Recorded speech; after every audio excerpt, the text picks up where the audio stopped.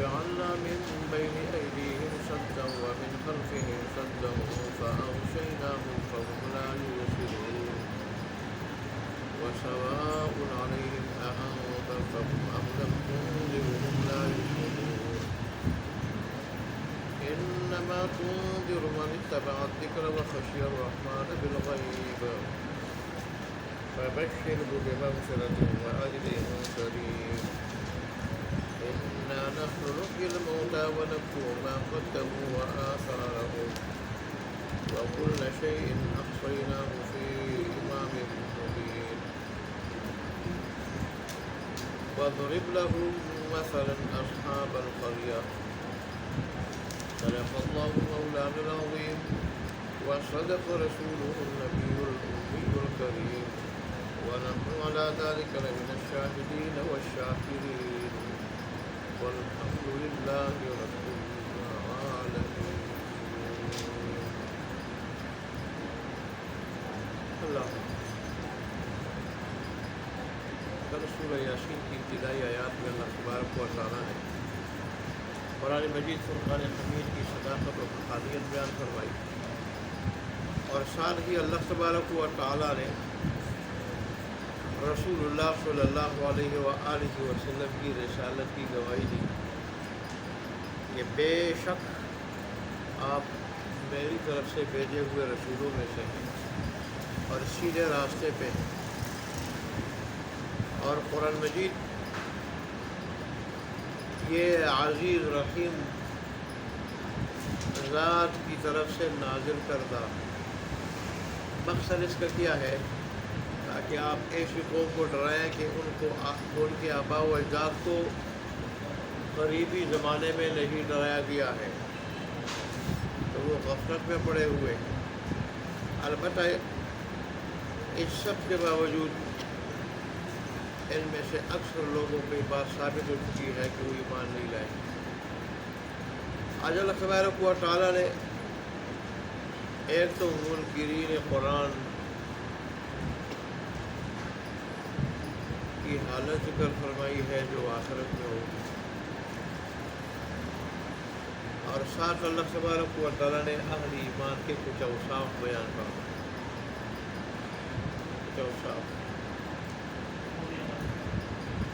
تو اللہ تبارک و تعالیٰ فرماتے ہیں کہ منکرین قرآن کی حالت یہ ہوگی کہ ان کی گردنوں میں توق ہوں گے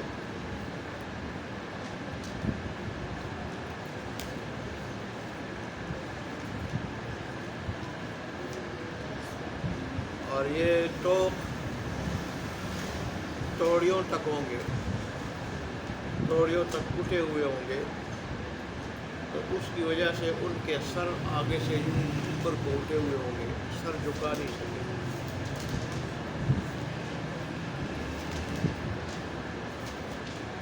اور ہم نے ادھر ان کی ہر طرف دیواریں بنائی ہیں, ہر طرف آگے پیچھے دائیں بائیں, اور اوپر سے ہم نے ان کو ڈانپ لیا ہے لہذا کسی چیز کو دیکھ نہیں سکے. انسان کی یہ فطرت چاہتا ہے کہ باہر کی فضا دیکھو کیا چیز ہے. ایک آدمی کو کمرے میں بند کیا جائے, کوئی چیز اس کو دکھائی نہ دے اور پھر ساری زندگی یہی حال رہے تو ظاہر ہے اس کے دل پہ کیا گزرتی ہوگی. ایسا ہی اہل جہنم کے جہاں ان کی گردنوں میں توق ہوں گے, ہاتھوں میں زنجیریں, پاؤں میں بیڑیاں ہوں گی, وہاں ان کو ارد گرد آگ کی دیواروں نے یا دیگر دیواروں نے ان کو گھیر لیا ہوگا اور اوپر سے بھی ان کو ڈانپا ہوگا لہذا ان کو کچھ نظر نہیں آئے. اسی آگ کے اندر جہنم کے اندر چلتے رہیں گے, زنجیروں میں جکڑتے اور بیڑیوں میں. اس طرح گردن میں ٹوک ہوں گے اور گردن میں ٹوک ایسے ڈالے جائیں گے کہ یہ ہاتھ بھی ان میں بندھے ہوئے ہوں گے. ہاتھ بندھے ہوئے ہوں, گردنوں میں ٹوک ہوں, پاؤں میں بیڑیاں ہوں, اور زنجیروں سے جکڑا ہوا ہو، باندھا ہوا ہو، تو کچھ نظر نہ آتا ہو، تو وہ کیا زندگی ہو؟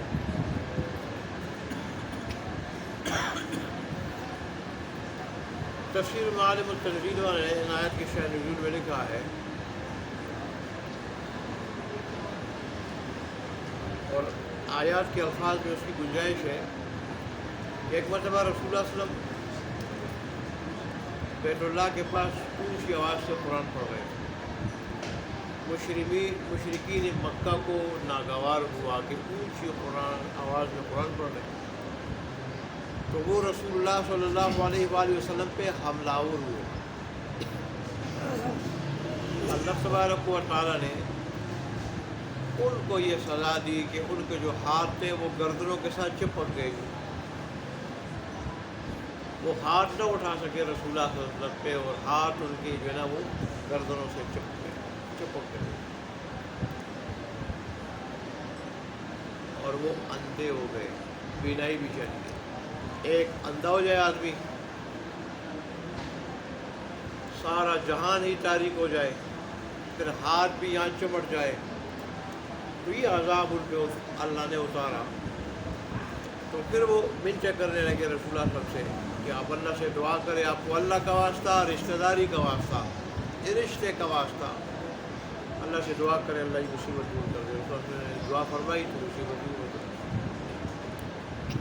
تفسیر روح المعانی والے نے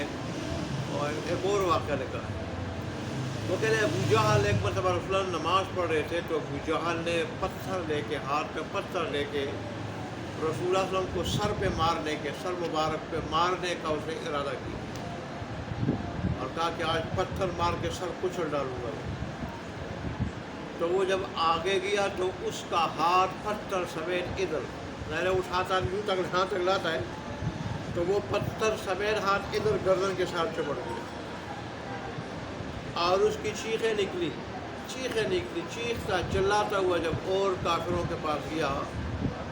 تو انہوں نے بڑی مشکل سے ابو جہل کا ہاتھ گردن سے چھڑایا، بڑی مشکل سے۔ لیکن جس کی قسمت میں ہدایت نہیں ہوتی وہ اتنا اندھا ہو جاتا ہے، بلکہ اس کے ساتھی ہم خیال ہم نوا بھی اندھے ہو جاتے ہیں۔ ایک دوسرے غالباً بنو مخزوم کا آدمی، اس نے ارادہ کیا کہ میں یہ پتھر مارنا چاہتا ہوں، چنانچہ وہ آدمی جب گیا تو وہ اندھا ہو گیا، اور وہ پھر چیختا چلاتا رہا کہ میرے ساتھی کہاں ہیں، ساتھی نہیں مل رہے تھے اس کو، انہوں نے آواز دی، وہ ادھر چلا گیا۔ ایک تیسرا آدمی کھڑا ہوا، اس نے کہا کہ میں جا کے مارتا ہوں یہ پتھر، اور انہوں نے نماز پڑھ رہے تھے، تو جب وہ گیا اور اس نے پتھر اٹھایا تو فوراً، ابھی تھوڑا ہی گیا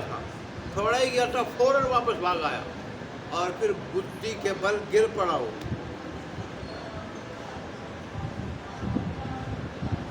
لوگوں نے جب اس سے پوچھا بھئی کیا بات ہوئی، تم پتھر مارنے گیا تھا؟ اس نے کہا میں جب پتھر مارنے گیا تو میں نے دیکھا ایک ایسا اونٹ میں نے دیکھا کہ ایسا اونٹ میں نے اس سے پہلے نہیں دیکھا،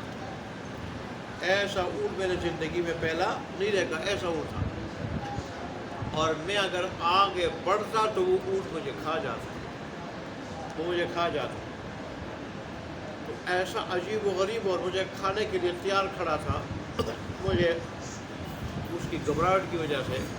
بڑی دہشت مجھ پہ طاری ہوئی، واپس ہوا اور میں بدھی کے بل گر پڑا۔ تمہارے ان آیات میں اس کا بھی اختلاف کہ اللہ نے دنیا میں کافروں کے اوپر یہ سزائیں نازل کی،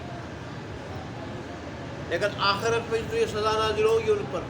جیسے میں نے آپ کہہ دیا، اور ان کے مقابلے میں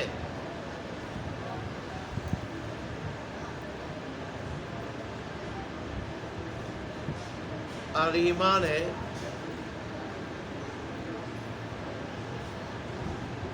کہ ان کے بارے میں اللہ نے لکھا ہے، فرمایا ہے کہ یہ جو نصیحت اتری ہے قرآن کی شکل میں، جو لوگ اس کی پیروی کریں گے، اس کو مانیں گے، قبول کریں گے، اس پہ عمل کریں گے، تو آپ کا ڈرانا اس کو مفید ہوگا، اس پہ اثر ہوگا۔ یہ جو لوگ ان کو آپ ڈرائے یا نہ ڈرائے، دونوں برابر ہے، ڈرانا نہ ڈرانا دونوں برابر ہے۔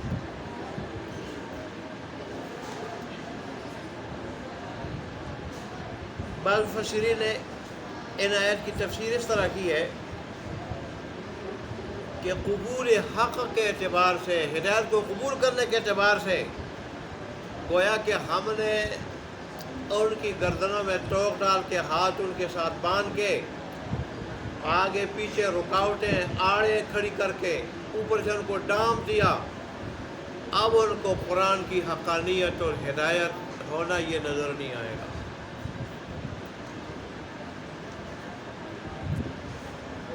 تو اس میں اشکال ہوتا ہے کہ پھر ان کا قصور کیا ہوگا۔ اللہ تبارک و تعالیٰ اگر خود ایسا کیا ہے تو مفسرین لکھے اللہ ابتدا میں ایسا نہیں کرتا۔ ابتدا میں تو اللہ نے ہدایت کے سارے اسباب نازل کر کے ان کو بتا دیے کہ یہ قرآن مجید حق ہے، برحق ہے، اور اس کے مقابلے میں جو فلانا راستہ ہے گمراہی ہے، کفر ہے، یہ نجات ہے، وہ ہلاکت ہے۔ لیکن اس کے باوجود انسان نہ مانے تو پھر اللہ اس کی حالت یہ بنا دیتا ہے کہ گویا گردن میں اس کی جیسے آخرت میں ہوگی، حقیقت میں گویا گردن میں ٹوق ہے کہ اس کو اب ہدایت نظر نہیں آتی، ہدایت حق نظر نہیں آتا۔ آگے پیچھے اللہ رکاوٹیں کھڑی کر دیتا ہے اور اوپر سے اس کو ڈانپ لیتا ہے، اب وہ حق کی طرف نہیں آ سکتا۔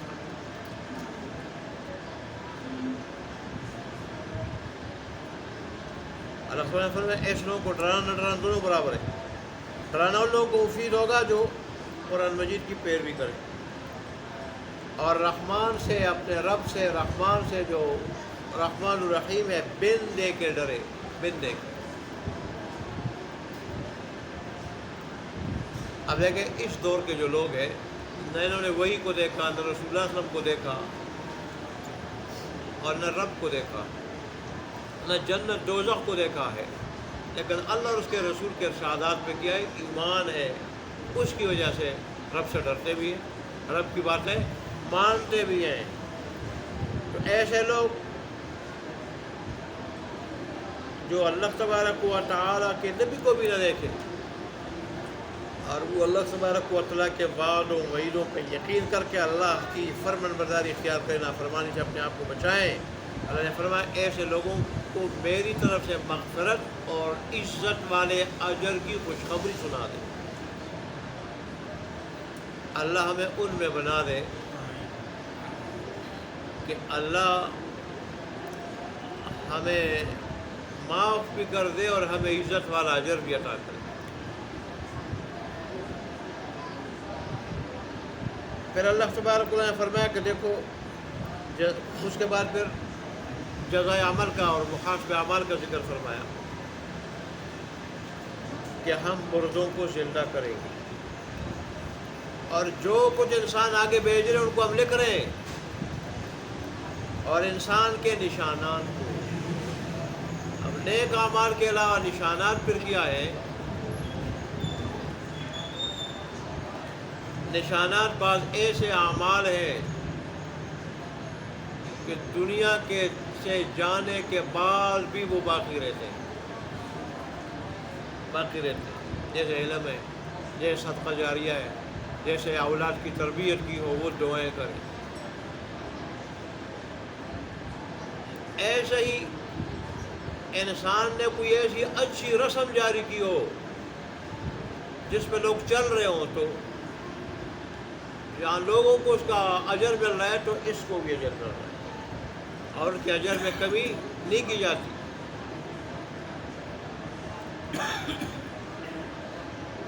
اسی طرح انسان نے اگر کوئی بری رسم یا برا اثر پیچھے چھوڑا ہے تو اس پہ جو لوگ چلیں گے، جہاں ان کو وبال ہوگا اور ان کے وبال میں کمی نہیں ہوگی، اس کا وبال پہنچے گا، جیسے مسلم شریف کی روایت میں آتا ہے۔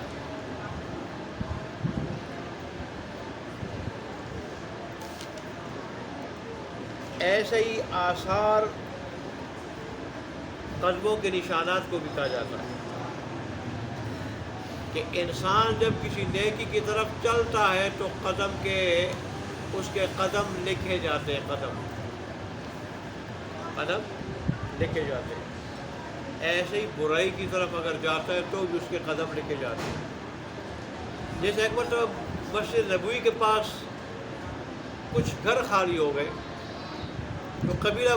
بنو سلمہ کے لوگوں نے کہا کہ ہم مسجد نبی کے قریب جاتے ہیں، ہمارے گھر دور ہیں، ادھر جائیں گے تو مسجد آنے جانے میں آسانی ہوگی۔ رسول اللہ کو جب پتہ چلا، رسول اللہ نے فرمایا کہ تم اپنے گھروں کو مت چھوڑو بلکہ تم انہی گھروں میں رہو۔ اللہ تبارک و تعالیٰ مسجد نبوی جب آؤ گے جاؤ گے تو ایک ایک قدم تمہارا لکھا جائے گا، اس پہ اللہ اجر عطا کرے گا۔ بعض آثار میں تو یہ ہے کہ اجر بھی دیا جاتا ہے، گناہ غلطی بھی، ایک ایک گناہ بھی اس پہ معاف ہوتا ہے اور درجہ بھی بلند ہوتا ہے۔ تو یہ کتنی سعادت کی بات ہے کہ ایک آدمی نماز کے لیے آئے جائے، آنے جانے تک جتنے قدم یہ اٹھاتا رکھتا ہے، ایک ایک قدم پہ اجر بھی ملے، درجہ بھی ملے اور گناہ بھی معاف۔ تو آثار کا یہ مقصد ہے۔ اللہ تبارک و تعالیٰ ہمیں قرآن، حدیث اور دین اسلام پہ مکمل عمل کرنے کی اور مکمل چلنے کی توفیق عطا فرمائے۔ دیکھیں اب ترجمہ۔ اچھا ایک بات، یہ وَجَعَلْنَا مِن بَيْنِ أَيْدِيهِمْ سَدًّا وَمِنْ خَلْفِهِمْ سَدًّا فَأَغْشَيْنَاهُمْ فَهُمْ لَا يُبْصِرُونَ، یہ آیت ہے۔ ابھی دیکھ لیں کون سی آیت ہے، لوگ پھر پوچھتے کون سی آیت ہے، ٹھیک ہے؟ تو اس کے بارے میں پیر ذوالفقار صاحب نے لکھا ہے کہ میرا اپنا تجربہ ہے۔ بعض علماء نے بھی یہ بات بھی کی ہے، لیکن انہوں نے کہا اگر اس طرح کرے یہ فائدہ ہوگا۔ تجربے کی بات پیر صاحب نے کی، پیر ذوالفقار صاحب نے،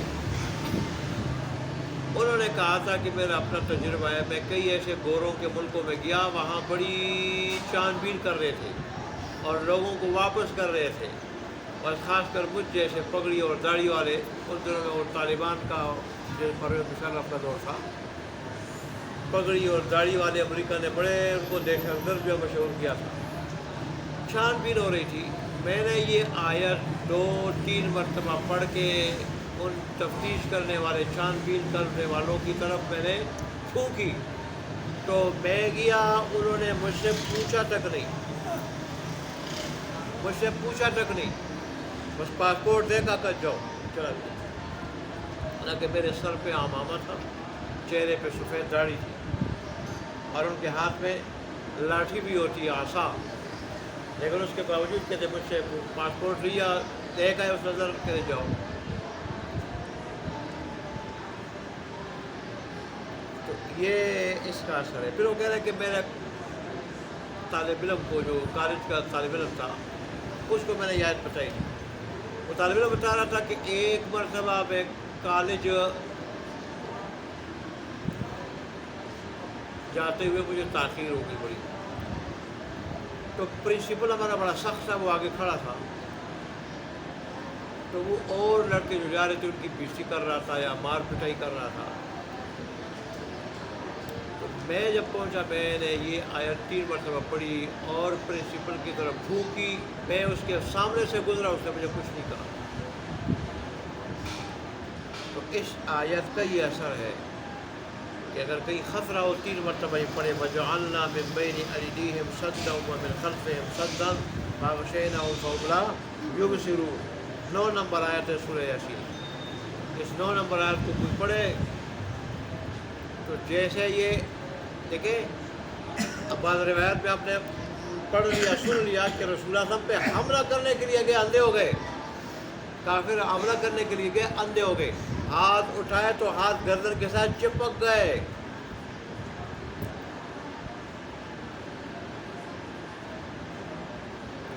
اور پھر میں یہ بات بتانا بھول گیا کہ پھر سورہ یاسین والقرآن الحکیم سے لے کے یہاں تک انما تنذر من اتبع الذکر، یا اسے اگلی آیت تک آیات اللہ تبارک و تعالیٰ نے اس وقت اتار دی جب یہ سوائے اللہ نے نازل کی تھی اتار دی. تو ظاہر ہے اس آیت کے پڑھنے کا یہ اثر ہے. بس اللہ تبارک و تعالیٰ ہمیں یقین نصیب فرمائے، یقین شرط ہے. یاسین یہ اچھا ان کا ترجمہ ہو گیا. یہ آج اِنَّا جَعَلْنَا، بے شک ڈالیں گے ہم، فی اناق، ان کی گردنوں میں، اغلالا توق، فہی الی الاذقان، بس وہ ٹوڑیوں تک ہوں گے، فہم مقمحون، بس وہ سر اوپر کو اٹھائے ہوئے ہوں گے آگے سے یوں. وجعلنا، اور بنا دیں گے ہم، من بین ایدیہم، ان کے سامنے، سدن آڑ، ومن خلفہم سدن، اور ان کے پیچھے آڑ، رکاوٹ، فاغشیناہم، اور بس ہم ان کو ڈانپ بھی دیں گے اوپر سے، فہم لا یبصرون، بس وہ کچھ بھی نہیں دیکھیں گے. اور ارے ایسی بند جگہ میں جہاں نظر نہیں آئے گا، بند جگہ میں جہاں آگ جل رہی ہوگی تو وہاں کی تپش اور حبس کی ہوگی. اللہ ہماری حفاظت فرمائے. وَسَوَاءٌ عَلَيْهِمْ، اور برابر ان پر، انذرتہم، کیا بھی نہ ڈرائیں، ام لم تنذرہم، یا نہ ڈرائیں، لا یؤمنون، ایمان نہیں لائیں گے. ظاہر ہے ان کافروں نے، حملہ آور کافروں نے معجزات دیکھنے کے بعد جو ایمان نہ لا سکے کہ اللہ کی پیشن گوئی تھی، یہ نہیں لائیں گے. انما تنذر من اتبع الذکر، بے شک ڈرائیں گے آپ ان کو کہ جو پیروی کرے نصیحت کی، یعنی ان کو ڈرانا فائدہ دے گا. وخشی الرحمن بالغیب، اور ڈرے رحمان سے بندے کے، فبشرہ بمغفرۃ واجر کریم، بس اس کو خوشخبری دے دیں مغفرت کی اور عزت والے اجر کی. انا نحن نحیی الموتیٰ، بے شک ہم زندہ کریں گے مردوں کو، ونکتب ما قدموا وآثارہم، اور لکھتے ہیں ہم ان اعمال کو جو آگے بھیجتے ہیں اور ان کے نشانات کو. وکل شیء احصیناہ، اور ہر چیز کو ہم نے گن رکھا ہے، شمار کر کے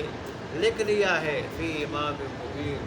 ایک واضح کتاب لوح محفوظ ہے، اللہ کے علم کا نمونہ ہے.